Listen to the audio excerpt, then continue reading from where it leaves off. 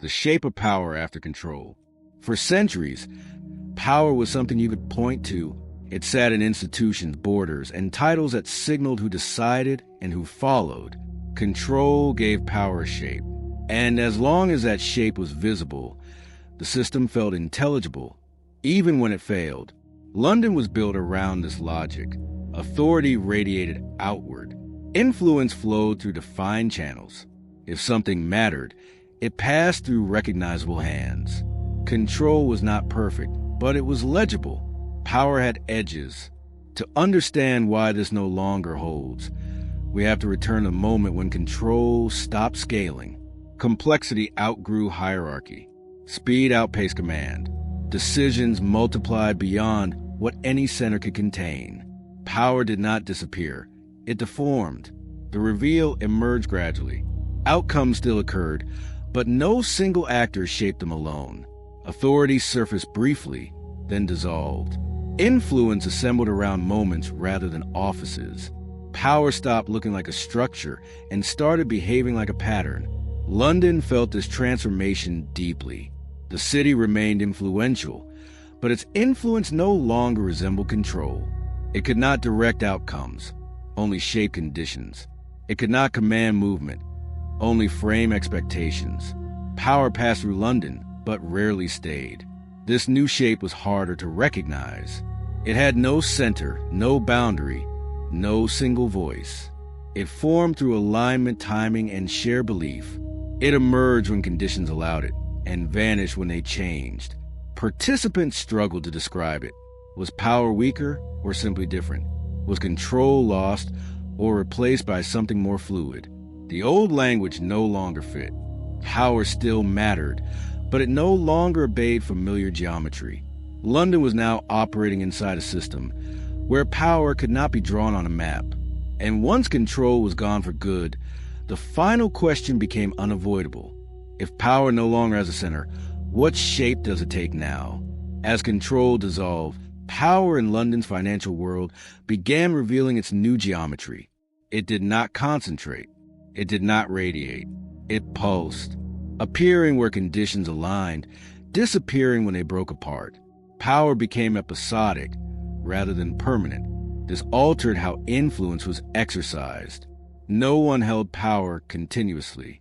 Instead, actors gained it briefly when timing, credibility, and alignment converged. Authority was temporary, earned moment by moment, then lost just as quickly. Power moved like weather, not architecture. London adapted by learning how to read these patterns. Influence came from sensing shifts early, not enforcing direction late. Those who understood flow could shape outcomes quietly. Those who clung to position found themselves bypassed. Power favored perception over possession. This fluidity changed accountability as well. When power has no fixed owner, responsibility must follow action instead of title. Outcomes could no longer be explained by hierarchy. They had to be traced through interaction, sequence, and response. The danger lay in how easy it was to mistake this shape for absence. Power looked invisible because it left no permanent mark. Yet it shaped everything. It determined which signals mattered, which actors moved first, which narratives prevailed. London confronted a sobering realization. The loss of control did not weaken power. It made it harder to see. And unseen power is the most difficult to challenge because it feels like inevitability rather than choice. The city now stood inside a system governed by patterns instead of positions. And understanding those patterns would decide who influenced the future and who merely reacted to it. The conflict emerged when this new shape of power collided with moments that demanded accountability. Patterns can explain outcomes, but they cannot apologize. Pulses of influence can move systems, but they cannot stand still to be questioned. When outcomes caused harm, the search for responsibility hit a wall.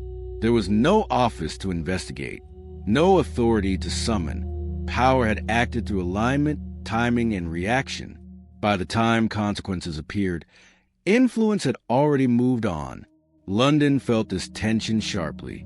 As a place where patterns converged, the city was asked to explain events it did not command. Why did this happen?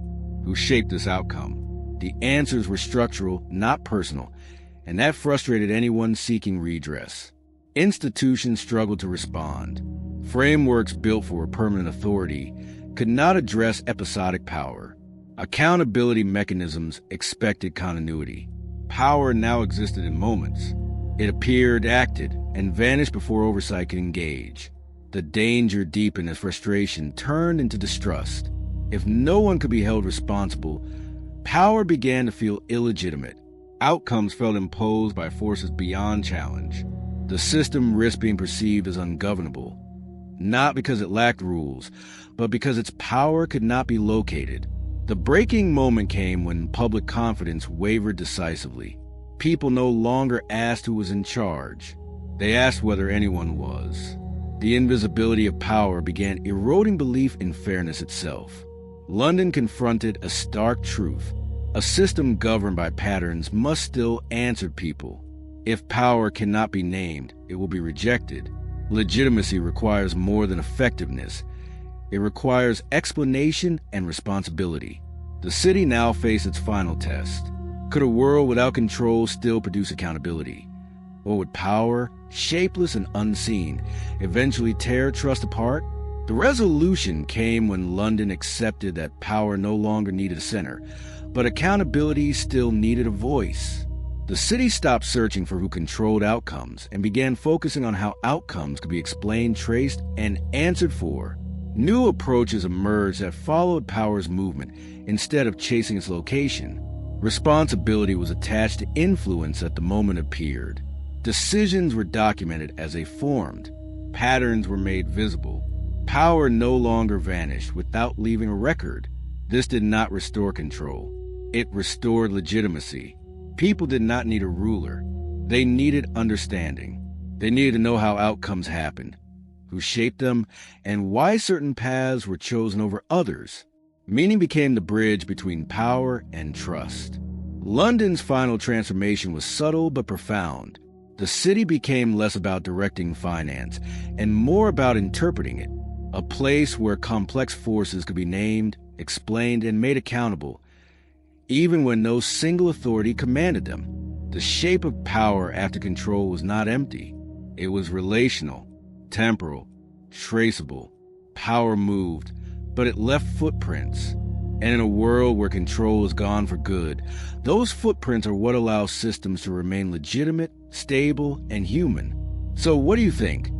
Are we learning how to live with power after control, or are we still pretending the old shape will return? The shape